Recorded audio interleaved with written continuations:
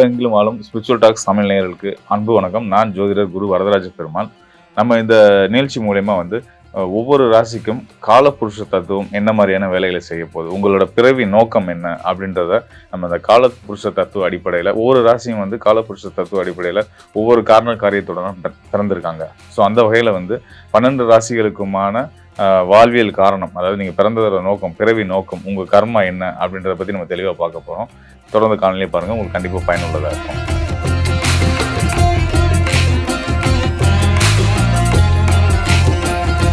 காலப்புருஷனுக்கு 12ஆம் வீடாக வரக்கூடிய, அதாவது காலப்புருஷனுக்கே மோட்சஸ்தானமாக வரக்கூடிய மீன ராசியில் பிறந்தவங்களுடைய பிறவி நோக்கம் என்ன, அவங்களோட என்ன கர்மாவை கழிக்கிறதுக்காக இந்த பிறவி எடுத்திருக்காங்க, அவங்க குணநலங்கள் என்ன அப்படின்றத நம்ம பார்க்க போகிறோம். அதாவது மீன ராசிக்காரர்கள் அப்படின்னு எடுத்துக்கிட்டோம்னா பார்த்தீங்கன்னா, ஏழை பணக்காரன், சின்னவங்க பெரியவங்க, எந்த ஒரு விதமான பாகுபாடும் பார்க்காம எல்லாத்துட்டையும் ஒரே மாதிரியான அன்பு காட்டக்கூடியவங்களா, எல்லாத்துட்டையும் ஒரே மாதிரியான ஒரு உறவை மெயின்டைன் பண்ணக்கூடியவங்களா இருக்கக்கூடியவங்க யாருன்னா இந்த மீனராசிக்காரர்கள் தான். இயல்பாகவே மீனராசி குருவுடைய ராசி அப்படின்னு வர்றதுனால பார்த்தீங்கன்னா, தெய்வ பலமும் தெய்வ அம்சமும் ரொம்ப பொருந்தியவங்களா இருப்பாங்க. ரொம்ப குழந்தை மனசு கொண்டவங்களா இருப்பாங்க. எந்த ஒரு கன்னிங்கான ஒரு எண்ணங்களும் அவங்கள்ட்ட இருக்காது. ஒரு கடுமையான எண்ணங்களோ, ஒருத்தவங்க வஞ்சிக்கணும் அப்படின்ற எண்ணமோ, வஞ்சக எண்ணமோ எல்லாம் சுத்தமாக அவங்கள்ட்ட இருக்காது. எல்லாரும் நல்லா இருக்கணும், நாமும் நல்லா இருப்போம் அப்படின்ற ஒரு நம்பிக்கையோட பயணிக்கக்கூடியவங்க, வாழ்க்கையில் பயணிக்கக்கூடியவங்களா இருந்துட்டு இருப்பாங்க. அவங்க பார்த்தீங்கன்னா ஒவ்வொரு நாளையும் ஒரு புது நாளில் தான் துவங்குவாங்க. அதாவது விஷயம் என்னன்னா, கடந்த விஷயங்களை பற்றி அவங்க பெருசாக எடுத்து யோசிச்சு அதனால ஃபீல் பண்ணிட்டு இருக்க மாட்டாங்க. அடுத்து வரக்கூடியது நல்லதாக இருக்கும் அப்படின்ற ஒரு பாசிட்டிவான சிந்தனைகளோட வாழ்க்கையை நகர்த்தக்கூடியவங்களா இருப்பாங்க. அவங்களுடைய செயல்கள் எல்லாமே பார்த்தீங்கன்னா ரொம்ப புதுமையாக இருக்கும். நம்ம செய்கிற செயல்கள் மூலியமாக அடுத்தவங்களை திரும்பி பார்க்க வைக்கணும் அப்படின்ற அளவுக்கு அவங்க திரும்பி பார்க்குற அளவுக்கு அவங்களோட செயல்கள் இருக்கும். ஆனால் அவங்களுக்கு அந்த இன்டென்ஷன் இருக்காது. ஆனால் இயல்பாக அவங்க செய்கிற செயல்கள் பார்த்தீங்கன்னா ரொம்ப வியக்கத்தக்க விதத்தில் தான் அமைஞ்சிருக்கும். அதே போல் பார்த்தீங்கன்னா, நம்ம சனியுடைய ராசிகளுக்கு சொல்லக்கூடிய மாதிரி தனுசு, இந்த மீனராசிக்காரர்களும் பார்த்தீங்கன்னா ரொம்ப இந்த என்ன சொல்றது, நியாயத்தின் பக்கம் நிற்கக்கூடியவங்களா இருப்பாங்க. தர்மவானாகவும் அதே நேரத்தில் ஒரு நம்ம எப்பவுமே நியாயத்தின் பக்கமாக இருக்கணும் அப்படின்றதுலையும், சரியான நீதி பரிபாலனையை கொடுக்கணும் அப்படின்றதுலையும் ஒரு நல்ல ஒரு நீதிமானாகவும் இருக்கக்கூடியவங்களா இந்த மீனராசிக்காரர்கள் இருப்பாங்க. அவங்களுக்கு சரி தப்பு எதுன்றது தெரியும். ஆனால் என்ன, வெளிப்படையாக நீங்கள் பண்ண தப்பு அப்படின்றத சொல்ல மாட்டாங்க. ஏன்னா யாரையும் காயப்படுத்தக்கூடாதுன்ற ஒரு எண்ணமும் அவங்களுக்கு பிரதானமாக இருந்துட்டு இருக்கும். பொதுவாக எந்த ஒரு ராசிக்காரர்களும் பார்த்தீங்கன்னா கடனால் கண்டிப்பாக பாதிக்கப்படுவாங்க. ஆனால் இங்கே மட்டும் இவங்களுக்கு மட்டும் ஒரு ஸ்பெஷல் என்னென்னா, கடனால் வளரக்கூடிய ஒரு ஜாதகம் தான். மீனராசிக்காரர்கள் தைரியமாக, அதாவது இவங்க கடனெலாம் ஈஸியாக அவங்க கேட்டால் கிடச்சிரும். ஆனால் அதனால் பாதிக்காமல் இருக்கணும், பாதிக்கப்படுவாங்களா அப்படி பொதுவான அமைப்புப்படி பாதிக்கப்பட மாட்டாங்க. காலப்புருஷ தத்துவப்படி கடனால் தான் இவங்க வளருவாங்கன்றது தான் இவங்களோட அமைப்பு. அதுதான். அதுக்கு 2 காரணங்கள் இருக்குது. ஒன்று 6ஆம் இடமாக வரக்கூடியது சிம்ம ராசியாக வர்றது இவங்களுடைய நட்பு வீடு. அது போக கடனை குவிக்கக்கூடிய செவ்வாயோட வீடுகளான மேஷமும் விருச்சகமும் இவங்களுக்கு தனஸ்தானமும் பாக்கியஸ்தானமாகவும் அமைஞ்சிடும். ஸோ அந்த மேஷமும் விருச்சகமும் காலப்புருஷனுக்கு முதல் வீடாகவும் 8ஆம் வீடாகவும் சிம்மம் 5ஆம் இடமும் அந்த ஸ்தானங்கள்லாம் இவங்களுக்கு நட்பாக வர்றதுனால மீனராசிக்காரர்கள் கடனால் வளரக்கூடிய ஜாதகர்கள் தான். கடன் மட்டும் இல்லை, கடன், சகோதர உறவுகள், இவங்களோட ஆதரவோட வீடு மனை யோகத்தோட, வண்டி வாகன யோகத்தோட ரொம்ப சிறப்பாக சந்தோஷமான ஒரு நல்ல வாழ்க்கையை வாழ்வாங்க. யாரையும் காயப்படுத்தாமல் எல்லாத்தையும் சந்தோஷப்படுத்தி, அதுவும் யாருக்கும் தொந்தரவு இல்லாத ஒரு நல்ல வாழ்க்கையை வாழக்கூடிய மனோபாவம் கொண்டவங்களாக இந்த மீனராசிக்காரர்கள் இருப்பாங்க. இவங்க வாழ்க்கை எப்பயுமே ரொம்ப இனிமையானதாக தான் இருக்கும். எந்த ஒரு இடத்துலையும் சங்கடங்கள்ன்றது வராது. குழந்தை மனம் கொண்டவங்களா இருப்பாங்க. இவங்கள்ட்ட எந்த ஒரு இடத்துலையுமே குழந்தைகள் ரொம்ப ஈஸியாக மீனராசிக்காரர்கள்ட்ட அட்டாச் ஆகிடுவாங்க. இவங்களுக்கும் இந்த குழந்தைங்க மேலெல்லாம் குழந்தை பருவத்தில் இருக்க நபர்கள் குழந்தைகள்ட்ட எல்லாம் பார்த்தீங்கன்னா ரொம்ப எளிதாக விரும்பி பழகக்கூடியவங்களா இருப்பாங்க. அது போக பார்த்தீங்க அப்படின்னா இந்த இனிப்பு பலகாரங்கள், இனிப்பு உணவுகள் இதிலெல்லாம் ரொம்ப ஆர்வம் நிறைய பேர் இருக்கும். ஒரு கட்டுமானத்தை உருவாக்குறதுல, ஒரு நிறுவனத்தையோ ஒரு சமூகத்தையோ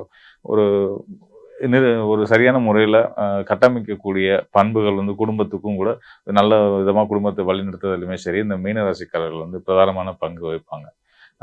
வீட்டில் இளையவராகவே இந்த மீனராசிக்காரர்கள் இருந்தாலும் கூட இவங்களோட ஆலோசனைகள் பார்த்தீங்கன்னா குடும்பத்துக்கு ஒரு மிகப்பெரிய வளர்ச்சியை கொடுக்குற விதமாக ஒரு சரியான பார்வையில் அவங்களுடைய ஆலோசனைகள் இருக்கும். இவங்களை எதுனாலும் இவங்களை கேட்டு செய்யலாம் அப்படின்ற அளவுக்கு ஒரு சரியான நபராக வாழ்க்கையில் வாழ்ந்து காட்டுவாங்க. ஸோ இவங்களை வந்து பகைவர்கள்னு யாருமே சொல்ல முடியாது. அந்த மீனராசிக்காரர்களை வந்து எதிர்க்கிறதுக்கு வந்து ஆட்கள் கிடையாது. எதிர்க்கிற ஆட்கள்னா இவங்க அவ்வளோ பெரிய பலசாலி அப்படின்ற மாதிரி, உடலால பலசாலி அப்படின்றதெல்லாம் கிடையாது. அவங்களுடைய அன்பான அந்த குணத்தால எந்த யாரையுமே எதிரியா இவங்க பார்க்க மாட்டாங்க. அதனால எந்த எதிரிகளும் இவங்க வந்து காயப்படுத்தணும்னு விரும்ப மாட்டாங்க. சரி, அவர் என்னங்க வாயிலா பூச்சி நல்ல மனுஷன் இருந்துட்டு நல்லபடியா இருக்கட்டும் அப்படின்ற மாதிரி தான் நினைப்பாங்களே தவிர்த்து, இவங்கள வஞ்சம் வச்சு தீர்க்கிற அளவுக்கான எதிரிகளை இவங்க உருவாகுறதுக்கு இடம் கொடுக்க மாட்டாங்க. அந்த அளவுக்கு வந்து ரொம்ப கனிவா, பண்பா எல்லாத்துட்டையும் நடந்துக்கக்கூடியவங்களா இருப்பாங்க. எந்த ஒரு காரியத்தையும் அனுசரிச்சு போய் எல்லாத்தோடையும் ஒரு நட்புறவு பாராட்டி, அதன் மூலியமா காரியத்தை சாதிச்சுக்கக்கூடிய வல்லமையும் இந்த மீன ராசிக்காரர்களுக்கு இருக்கு. மேலும் முக்கியமா நம்ம தெரிஞ்சுக்க வேண்டியது என்ன அப்படின்னு கேட்டீங்கன்னா, இந்த கால புருஷ தத்துவம் அப்படின்னா என்னன்றதை புரிஞ்சுக்கிறணும். ஏன்னா அது புரிஞ்சாதான் நம்ம ராசியோட தன்மைகள் உங்களுக்கே தெரிய வரும். ஸோ அதற்காக தான் வந்து இதை பத்தி நான் சொல்ல விரும்புறேன். அதாவது காலபுருஷ தத்துவம்ன்றது வேற ஒன்றும் இல்லைங்க. நம்மளுடைய ராசி மண்டலம் தான். இந்த 12 ராசிகளும் வந்து பார்த்தீங்கன்னா ஒரே இடத்துல நிலையா நிற்கக்கூடியது கிடையாது.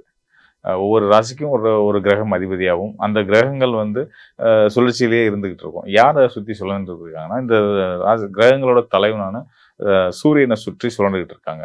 இந்த ஒவ்வொரு கிரகமும் சூரியனை சுற்றி சுழண்டு வரக்கூடிய அந்த நேரம், அந்த அந்த இடைவெளி, கால இடைவெளி தான் வந்து காலம்னு சொல்றோம்.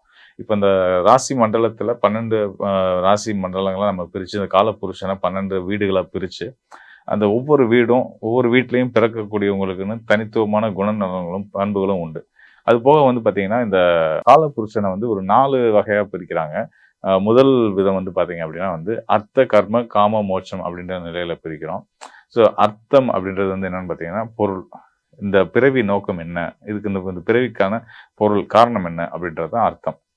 அடுத்தது வந்து வினை, என்ன வினையை செய்யறதுக்காக இந்த பிறவி எடுத்திருக்கோம் அப்படின்றது, அதை தெரிஞ்சுக்கிறதும் இந்த ராசி மண்டலத்தை வச்சு, இந்த காலபுருஷ தத்துவத்தை, ராசி மண்டலங்கள் தான் காலபுருஷ தத்துவம்னு சொல்றோம். அதுல ஒரு ராசியில பிறகு நம்ம உதாரணத்துக்கு வந்து ரிஷப ராசின்னு எடுத்துக்கிட்டிங்கன்னா, அது என்ன ஒரு பிறவி கர்மாவை நிறைவேற்றுறதுக்காக பிறந்திருக்கக்கூடிய ராசின்னு சொல்லலாம். அதே போல வந்து மேச ராசி அப்படின்னா வந்து அதுக்கு ஒரு பொருள் இருக்கு, அவங்க பிறப்புக்கான காரணம் ஒன்று இருக்கு. அது என்ன அப்படின்ற பற்றி சொல்லலாம். இப்போ இது எல்லாமே மாறும். அர்த்த, கர்ம, காமம், மோட்சம் எல்லாமே மாறும். இப்போ காமம் அப்படின்னா ஒரு பற்றோட வாழக்கூடிய ஒரு வாழ்க்கையை பெற்றிருக்கக்கூடிய ராசிக்காரர்கள் யாருன்றது அந்த ஸ்தான அடிப்படையில் ஒவ்வொரு ராசிக்கும் அந்த பண்புகள் வரும். இது மாதிரி மோட்சம், அதாவது விடுதலை. மோட்சம் அப்படின்றது வந்து பார்த்தீங்கன்னா ஒரு பற்றற்ற நிலை. பற்றற்ற நிலைக்கு போகிறது தான் வந்து இந்த வாழ்க்கை சுழற்சி. கால சுழற்சியில் இப்படிதான் நம்ம வந்து பிறவிகள் மாற்றி எடுத்து வந்துட்டே இருப்போம். இது வந்து அர்த்த, கர்ம, காம, மோட்சம் அப்படின்ற அடிப்படையில் விதியில சொல்லக்கூடிய பிரிவினை. ஃபர்ஸ்ட் முதல் படிநிலை. இதுக்கு அடுத்ததாக வந்து பார்த்தீங்கன்னா ராசிகளை வந்து சரம், சிரம், உபயம் அப்படின்னு பிரிச்சுருவோம். அது போக பஞ்சபூத தத்துவங்களால தான் வந்து இங்கே இருக்கக்கூடிய எல்லாமே உருவாகிருக்கிறது. அந்த அடிப்படையில் வந்து நிலம், நீர், நெருப்பு, காற்று, ஆகாயம் அப்படின்ற வகையிலையுமே வந்து நம்ம ராசி மண்டலத்தை பிரிச்சிடும். ஆகாயம்ன்றது வந்து மத்தியில் இருக்கக்கூடியது. ராசி மண்டலத்தில் மத்தியில் இருக்கக்கூடிய அந்த வெளி இருக்கு பார்த்தீங்களா, அதுதான் வந்து ஆகாயமாக வரும். ஆனால் 4 தத்துவங்கள் தான். நிலம், நீர், நெருப்பு, காற்று, இந்த 4 தத்துவங்களும் பிரதானமான தத்துவங்களாக இருக்கும். இந்த அடிப்படையில் தான் ஒரு ராசிக்குரிய பண்புகளை நம்ம தெரிஞ்சுக்க முடியும். ஒருத்தர் வந்து இப்போ ஒரு ராசியில் பிறப்பார், ஒரு லக்னத்தில் இருப்பார். ஒன்று வந்து பற்ற குறிக்கக்கூடிய காம ராசியிலையும், இன்னொன்று வந்து ஒரு கர்மாவை குறிக்கக்கூடிய, அதாவது நம்ம வினைகள், என்ன வினைகள் செய்ய பிறந்திருக்கோம், பிறவி நோக்கம் என்ன அப்படின்றத பற்றி சொல்லக்கூடிய ராசியிலையும் லக்னமாகவும் ராசியாகவும் பிறக்கிறதுக்கான வாய்ப்புகள் உண்டு. ஸோ இந்த மாதிரியான படிநிலைகளோட நம்மளுடைய ராசி அமைப்புகள் இருக்கும். ஸோ இதில் எந்த ராசியில் பிறந்திருக்கீங்க, அதை வச்சு உங்களுக்கான வாழ்க்கை பலன்களை வந்து சொல்றதுக்காக தான் இந்த நம்ம காணொலி செய்திருக்கோம். ஸோ இந்த மாதிரியான இந்த கிரக தத்துவங்கள், ராசி மண்டலம் தத்துவங்கள், காலபுருஷனை பற்றின தெளிவான விளக்கங்களை வந்து இன்னும் நீங்கள் மேலும் தெரிஞ்சுக்கணும்.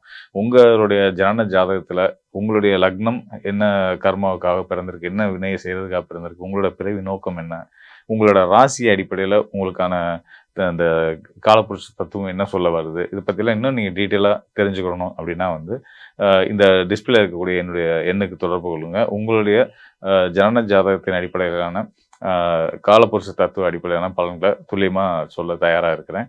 நன்றி, வணக்கம் நேயர்களே.